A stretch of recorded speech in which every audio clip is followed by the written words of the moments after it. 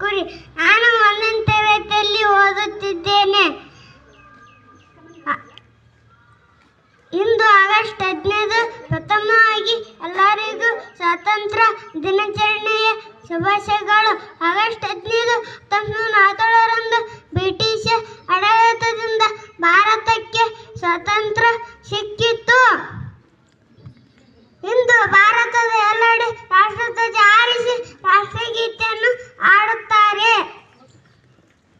ಇಂದು ಭಾರತದ ರಾಷ್ಟ್ರೀಯ ಹಬ್ಬಗಳನ್ನು ಅಥವಾ ಹಬ್ಬಗಳಲ್ಲಿ ಸ್ವಾತಂತ್ರ್ಯ ದಿನವೂ ಒಂದಾಗಿದೆ. ಈ ದಿನ ಇಂದು ರಾಷ್ಟ್ರೀಯ ರಜೆ ದಿನ.